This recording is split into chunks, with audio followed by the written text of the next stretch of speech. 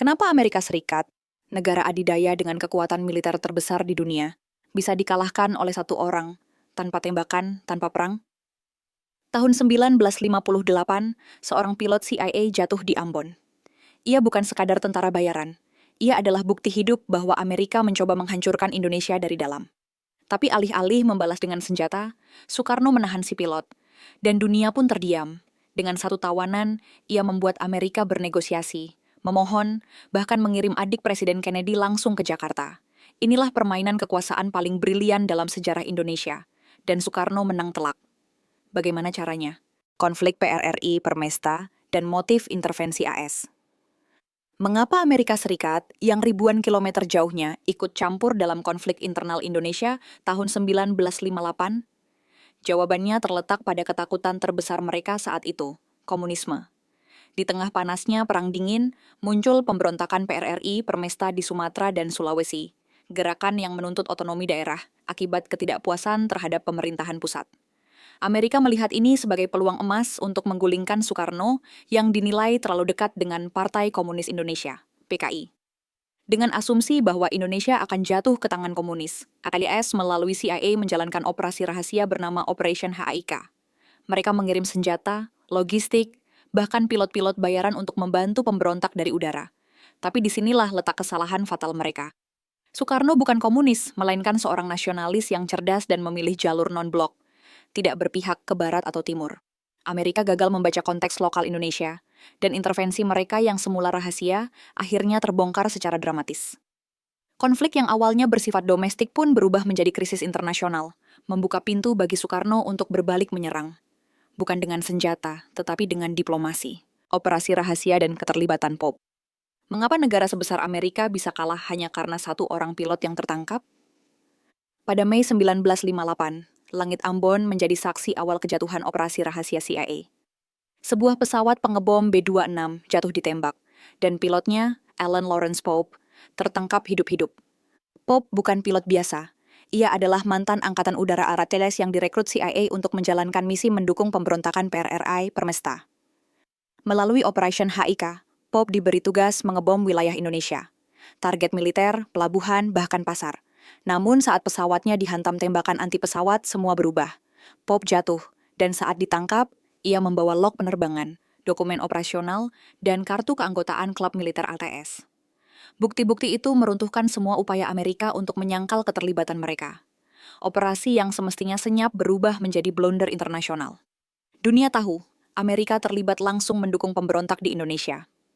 Bagi Soekarno, Pope bukan sekadar tawanan. Ia adalah aset strategis, pion dalam permainan diplomasi yang akan mengubah posisi Indonesia di mata dunia. Dan semua itu dimulai dari satu pilot yang jatuh, di tempat dan waktu yang salah. Reaksi Soekarno dan strategi penahanan. Mengapa Soekarno tidak langsung mengumumkan bahwa Amerika menyerang Indonesia? Karena ia tahu, dalam perang yang tidak dinyatakan, diam bisa lebih mematikan daripada peluru. Setelah Alan Pope tertangkap, Presiden Soekarno tidak meledak secara emosional di panggung dunia. Ia justru memilih strategi diam. Ia membiarkan militer mengumumkan penangkapan Pope di Ambon, tanpa menyebut nama besar Amerika Serikat secara langsung. Langkah ini bukan karena takut, tetapi karena cerdik. Soekarno tahu, semakin lama Pope ditahan, semakin besar daya tawarnya. Dan ketika waktunya tepat, persidangan Pope disiarkan ke seluruh negeri, mengungkap bukti-bukti keterlibatan CIA secara terang-terangan, log penerbangan, operasi pengeboman, hingga catatan militer. Pada April 1960, Pope dijatuhi hukuman mati. Tapi eksekusi tak pernah dilakukan. Soekarno menahan langkah terakhir itu bukan karena belas kasihan, tapi karena ia tahu nyawa Pope adalah kartu negosiasi. Dunia mulai memperhatikan, dan tekanan diplomatik mulai berdatangan ke Jakarta. Alih-alih menjadi korban agresi asing, Indonesia justru membalikan keadaan. Di tangan Soekarno, seorang pilot menjadi alat tertawar yang membuat negara adidaya harus berpikir ulang dan merendahkan ego mereka di meja perundingan. Manuver diplomatik Amerika Serikat. Mengapa Amerika yang awalnya menyangkal, tiba-tiba mengirim adik Presiden Kennedy ke Jakarta hanya demi satu orang tawanan? Karena mereka tahu, nyawa Alan Pope bukan lagi soal seorang pilot, melainkan simbol kegagalan operasi rahasia CIA. Setelah Pope dijatuhi hukuman mati, Amerika Serikat panik. Secara resmi, mereka masih bersikukuh bahwa Pope hanyalah tentara bayaran. Tapi dunia tahu itu bohong. log penerbangan, dokumen militer, dan keterlibatan CIA sudah terbongkar di sidang terbuka. Posisi Amerika melemah. Diplomasi pun dimulai. Duta Besar Amerika Serikat menyampaikan penyesalan. Istri Pope terbang ke Jakarta untuk bertemu langsung dengan Soekarno.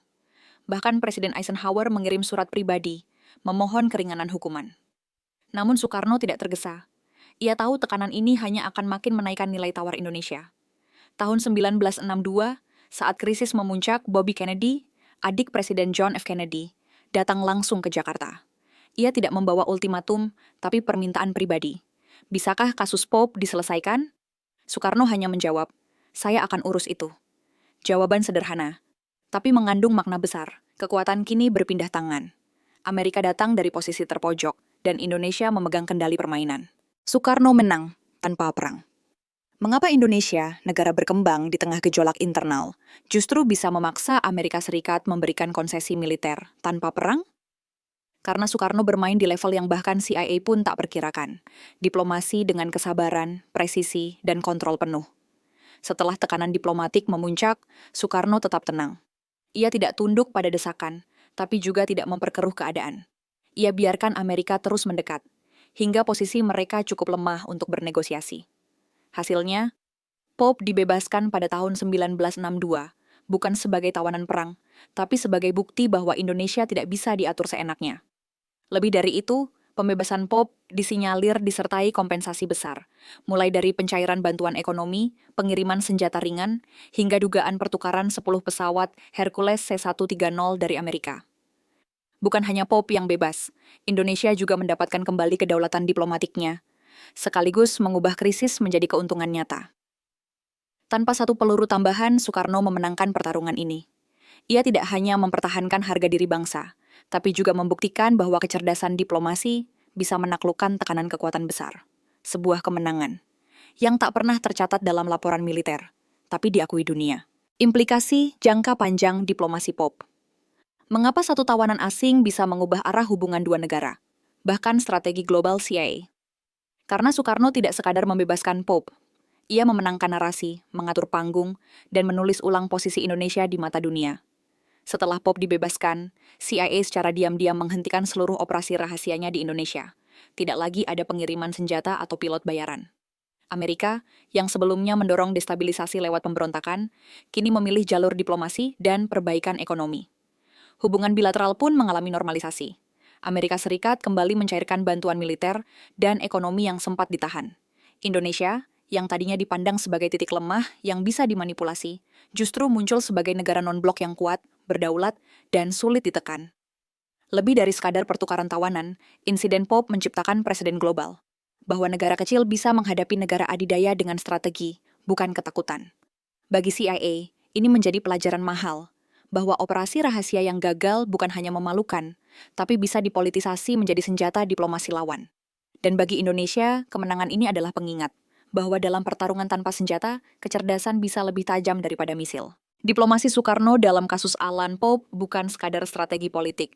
Ia adalah seni mempertahankan martabat bangsa tanpa mengorbankan satupun nyawa tambahan. Di tengah tekanan global dan jebakan kekuatan besar, Indonesia tidak mundur, justru berdiri tegak, memaksa dunia mendengar dan menghargai. Sejarah seperti ini sering dilupakan.